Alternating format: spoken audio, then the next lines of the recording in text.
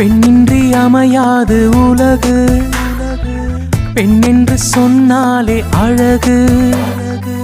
பெண்ணின்றி அமையாது உலகு, பெண்ணென்று சொன்னாலே அழகு. உயிரோடு உயிராக, உறவோடு உறவாக, தோளோடு தோளாக, மனதோடு மனதாக, பெண்தானே இல்வாழ்வின் விளக்கு. அவள் ஆனந்தம் நம் வாழ்வின் இலக்கு.